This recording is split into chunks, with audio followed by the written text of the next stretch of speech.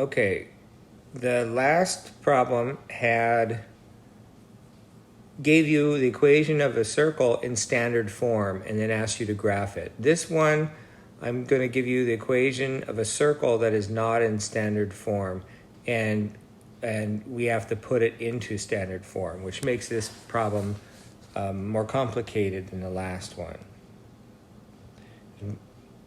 Okay, so the first thing I would notice on this one, you're supposed to graph this circle. How do I know it's a circle? Well, you have an x squared as your highest power of x. It's a polynomial with degree 2 in x, so x squared is the highest power of x, and degree 2 in y, which means y squared is 2 is the highest power of y.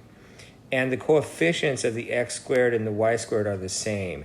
That makes it a circle. If one of the coefficients, the coefficient of x squared or the coefficient of y squared, is larger than the other, that takes your circle and squishes it in one direction or the other, so you end up getting an ellipse. And we'll do those later in the course. But those two are the same, and that tells me right away that this is a circle, because it's a second degree polynomial with an x squared term and a y squared term, and their coefficients are the same. Now notice, since their coefficients are the same, I could divide the whole equation by the coefficient, which is 2. And I would do that on this example is set up so that 2 goes into every term, but I would do that whether it did or not. Even if you ended up with like 5 halves for the coefficient of y, you would still divide by 2, because what you want is leading coefficients, coefficient of x squared and y squared, as 1. Because what we're going to have to do is complete the square, and that's much easier with leading coefficient of 1. And we have to complete the square for the x's and for the y's. So I'm going to show you the way I set this up for completing the square. I think it works pretty well. First of all, I put the x's together, the two x terms. Well, actually, I divided everything by 2. I should have written that down, and I didn't. But I divided everything by 2, and I'm just rearranging the terms to put the x's together and put the y's together and double check. 2x squared over 2 is x squared. Minus 12x over 2 is minus 6x. 2y squared over 2 is y squared. And 8y over 2 is 4y. And then negative 6 over 2 is negative 3. And I just move that term to the right. It becomes positive 3. If you move a term from one side of the equation to the other, it switches signs. Okay? And I left spaces in between, and that's because I have to put 1 or 2 numbers in there depending on which method I want to use. So leave space for 2 numbers. In this case, you could have left space for 1 number. It's fine. Okay, so here my brackets are extending too far. It's supposed to just be on the coefficient of x. You take half of the coefficient of the x term, so that's half of negative 6 is negative 3. Write it down. And I call that capital B. And I just always call that capital B. And then you want to write down I want to do the same thing here. And I'm going to call that capital B too. It's just, there's the stuff on the left, which is for x, and the stuff on the right, which is for y. So usually we don't use the same letter, but you know, the B on the left, just use on the left, and the B on the right, just use on the right. So I hope that doesn't confuse you. So I just called that, I took half of the coefficient of y, which is 2, and I wrote it down, and I set it equal to B. So for completing the square for the x's, I'm going to use B as negative 3, and for completing the square for the y's, I'm going to use B as 2. Then you square both of them, right? You get 9 and 4, and that's the number that you stick in here.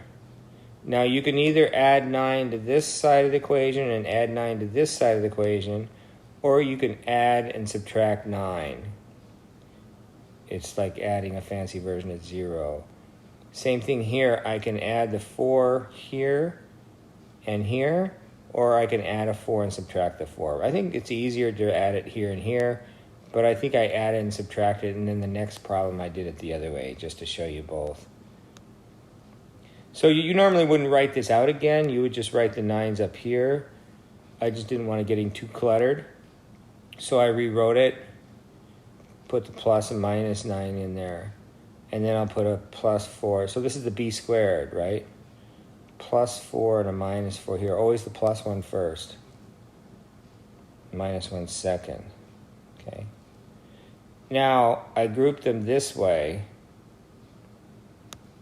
This trinomial, and leave the minus 9 off, but this trinomial, x squared minus 6x plus 9, it factors as a perfect square, meaning it's a polynomial squared.